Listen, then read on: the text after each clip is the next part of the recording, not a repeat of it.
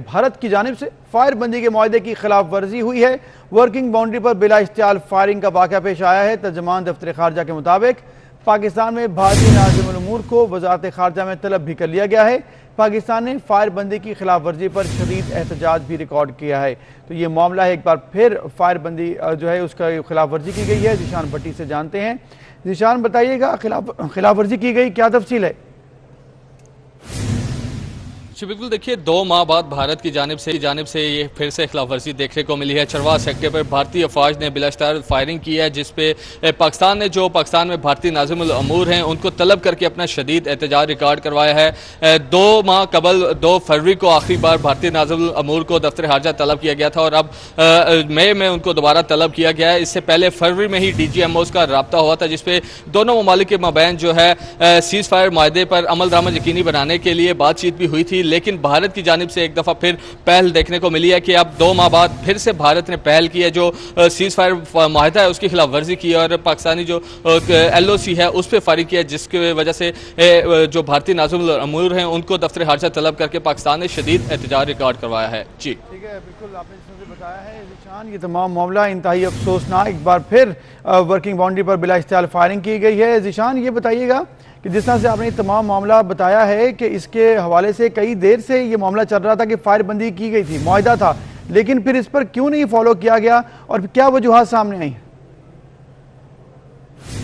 जी बिल्कुल, चूँकि 2 फरवरी को आखिरी बार तलबी हुई थी, इस सीज़ फायर की खिलाफ वर्जी देखी गई थी, लेकिन फिर पाकिस्तान की जानिब से अमन का पैगाम पहुँचाया गया था और बातचीत जारी थी। पाकिस्तान ने 12 जो DGMOs हैं उनका रब्ता हुआ था, उसमें भी जो अमल दरामद इसको यकीनी बनाने के लिए बातचीत हुई थी, लेकिन पाकिस्तान की जानिब से इसकी पासदारी की गई है। लेकिन भारतीय अफवाज की जानिब से कल देखा गया है कि एक बार फिर जो है उस मुआहदे की सीज़ फायर मुआहदे की खिलाफ वर्जी की गई है, जिस पर पाकिस्तान ने भारतीय नाज़िमुल उमूर को यह कहा है कि जो मुआहदा तय पाया है भारत उसको उस अमल दरामद को यकीनी बनाया। ताहम पाकिस्तान ने एहतजाज रिकॉर्ड करवाया, उनको एहतजाजी मरासला भी उनके हवाले किया है कि आइंदा इस चीज़ का ख्याल किया जाए। चूँकि दोनों ममालिक के मबैन DGMOs के राब्ते रवाबित हो रहे हैं और इस हवाले से भी एक दूसरे से रब्ता किया जा रहा है कि सीज़ फायर की जो मुआहदा है उस पर सख्ती से अमल दरामद किया जाए। जी ठीक है, बिल्कुल सही ज़ीशान, आपका शुक्रिया। आपने हमें बताया भारत की जानिब से सीज़ फायर की खिलाफ वर्जी की गई है। एक बार फिर इंतहाई अफसोसनाक ये रवैया भारत की जानिब से फरवरी में आखिरी बार ऐसा हुआ और कई दिन बाद दोबारा से यही सूरत हाल। एक बार फिर वर्किंग बाउंड्री पर बिला इश्तियाल फायरिंग की गई है। भारतीय नाज़िमुल उमूर को भी तलब किया गया है। दफ्तर खारजा में बिला इश्तियाल फायरिंग की गई है और सीज़ फायर चल रहा था, गुज़िश्ता 2 महीने से ज़्यादा का वक्त हो चुका था और ये मुआहदा पाकिस्तान ने तो इसकी पासदारी की और हमेशा पाकिस्तान इस मुआहदे की पासदारी करता है। लेकिन फिर भारत हमेशा जो रवैया रहता है भारत का कि भारत की जानिब से बिला इश्तियाल फायरिंग का सिलसिला एक बार फिर शुरू हो गया।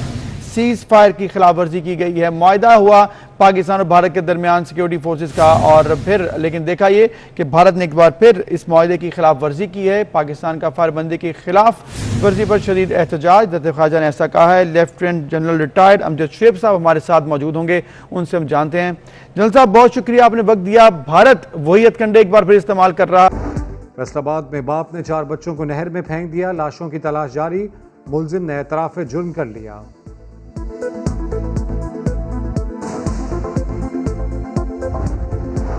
हम अपने नबी की तौहीन बर्दाश्त नहीं कर सकते, इस्लामोफोबिया के खात्मे के लिए इज्तिमाई काविशों की ज़रूरत है। वज़ीर आज़म की OIC के सफ़ीरों से मुलाकात में इजहार ख्याल, कहा पाकिस्तान बैनुल मज़हब हम आहंगी के लिए कोशिशें कर रहा है।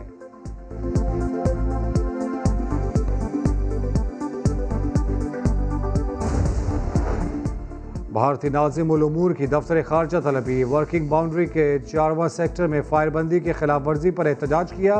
दफ्तर खारजा के मुताबिक भारत को फायरबंदी मुफाहमत से मुताल्लिक उसकी जिम्मेदारियां याद दिलाई गईं।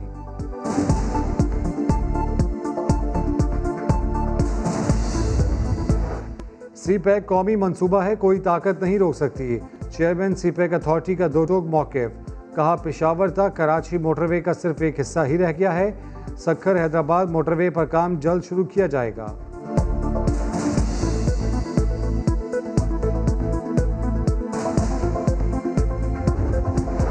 और कोरोना की तीसरी लहर, मजीद 161 अफराद की जान ले गई। 3377 नए मरीज रिपोर्ट, मुस्बत केसेस की शरह 8.98 रही। 40 से 49 साल के अफराद की वैक्सीनेशन शुरू हो गई। गुज़श्ता रोज़ 1,64,000 से ज़ायद अफराद को वैक्सीन लगा दी गई।